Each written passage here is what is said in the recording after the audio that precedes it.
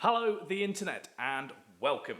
Welcome to what I had intended to be a feature-length documentary on my recent visit to Viná Del Mar Festival in Chile. I was out there to support Avolites and the local distributor Pro Music with two Sapphire Touch consoles that they provided for the show. However, events beyond my control meant that I wasn't quite able to shoot as much footage as I had originally intended. The following 10 minutes or so should explain why and hopefully provide you with some entertainment along the way. Our journey begins back here in the UK with a last-minute training session and a race to the airport.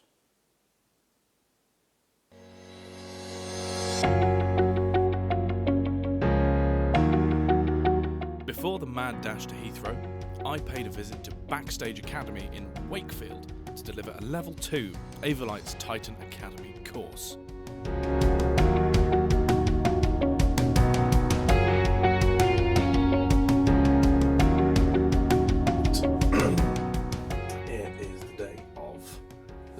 Chile. We have one more day of teaching the academy course, and you can probably tell my voice is a little bit ruined, but we've got one more day to go, and then we're going to do a mad dash down to Heathrow to make my flight for 10 o'clock tonight.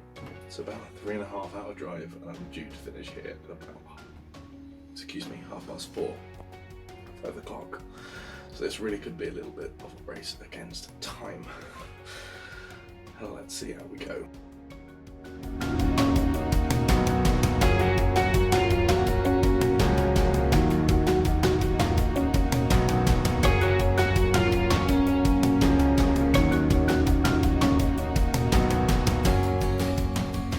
A slightly frantic drive later, and I was bound for South America.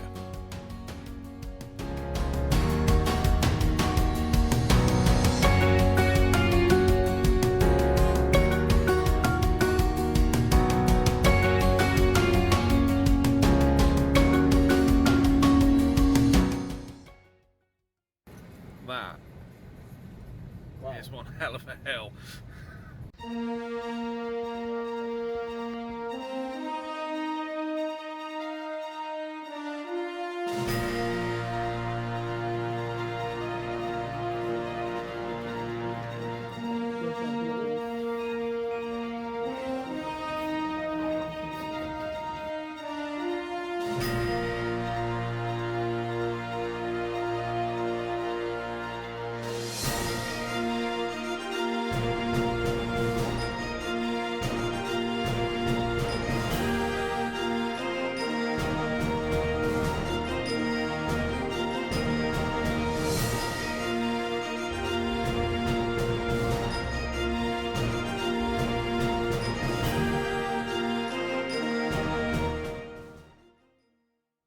So, the festival. Let's start off with a bit of background on Viná Del Mar, a small coastal city sitting just northwest of the capital, Santiago. Viná makes up the centre of a cluster of 3 small cities along the northern coastline of Chile, the fishing port of Valparaiso to the south, and the surfing paradise of Concón to the north.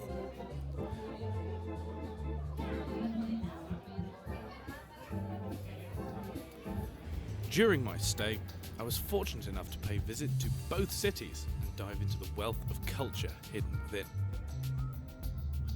Valparaiso is the city most aimed at tourism and has many artistic installations, cafes, museums and small music venues. While its fame as an international port has dwindled, so too has the amount of tourism and income being brought to the area. Walking the streets, it was slowly becoming apparent that recent years and political difficulty was starting to make life more difficult for local people. That said, the art and culture on display was truly wonderful. Chile's locals are incredibly friendly and welcoming, and despite a bit of a language barrier, I felt very at home in the city. Te fuiste al cerro alegre y yo siempre detrás. Porteña buena moza, no me hagas sufrir más. Concón, lying to the north, is a surfing hotspot and filled with tourists looking to catch some waves. While I only managed one short visit to the city, it was good fun, and and the food and the beaches are genuinely breathtaking.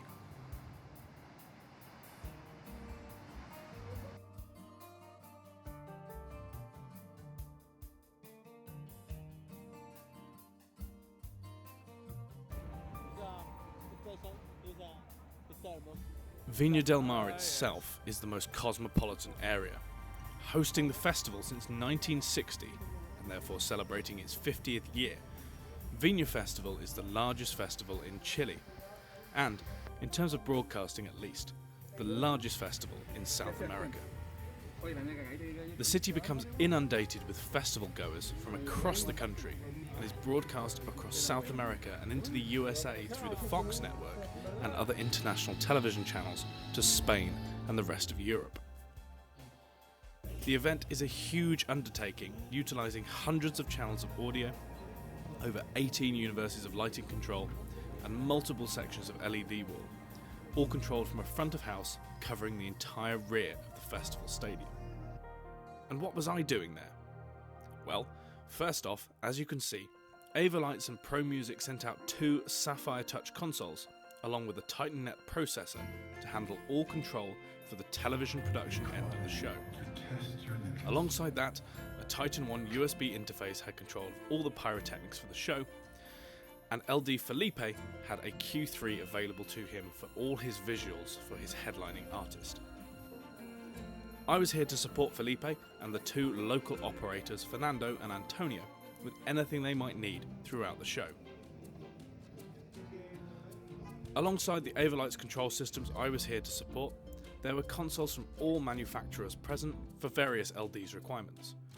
A full broadcast team were on hand and a huge wireless and monitoring setup was neatly tucked away around the festival site.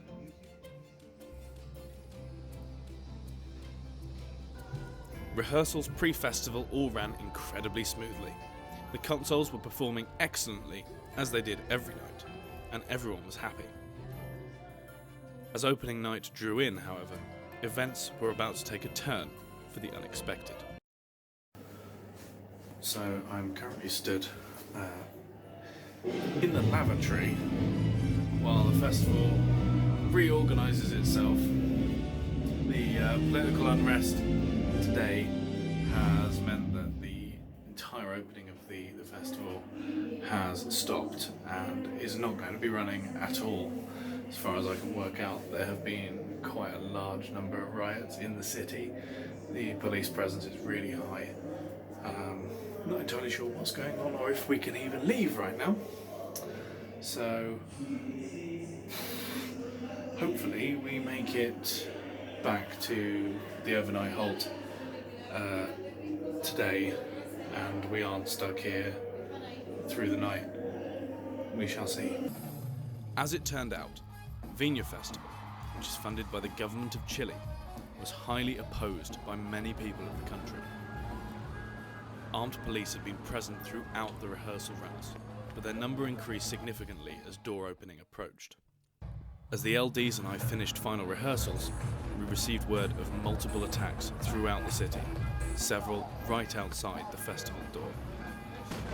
Armed response units and riot vehicles were called in as protesters hurled rocks and flaming bottles at a hotel being used by the festival.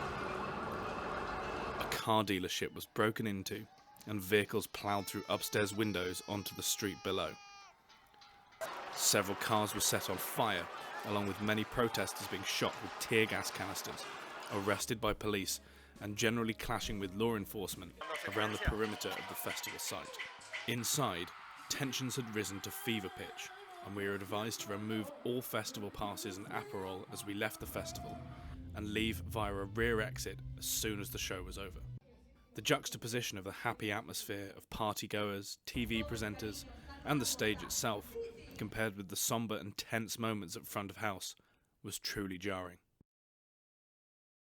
The opening of the show was changed to remove any mention of the government, and the entire dance troupe for the first performance were trapped in their hotel, and that area of the show was completely cancelled. Everyone at front of house was incredibly on edge. However, the opening act went off without a hitch, and the mood began to relax slightly. protests continued throughout the entire week. On the second night, tensions were at their highest, and the crew were advised that they may need to be evacuated to safety if things escalated further.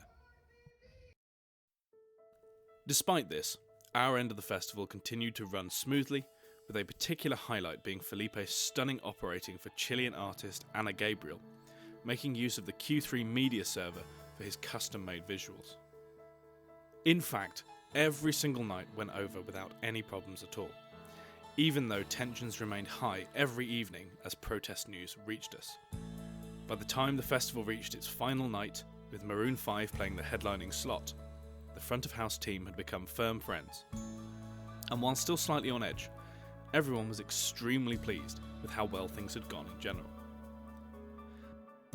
Despite a slightly lackluster performance from the headliners, I left Viná Festival in high spirits, having had the pleasure of working with some fantastic production crew, great LDs, and now some new friends. My overall takeaway from this trip is ever so slightly mixed. Chile is a stunningly beautiful country, full of amazing, kind and generous people.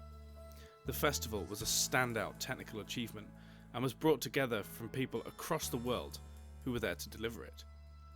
But the political and social difficulties for these kind and caring people are truly difficult to witness.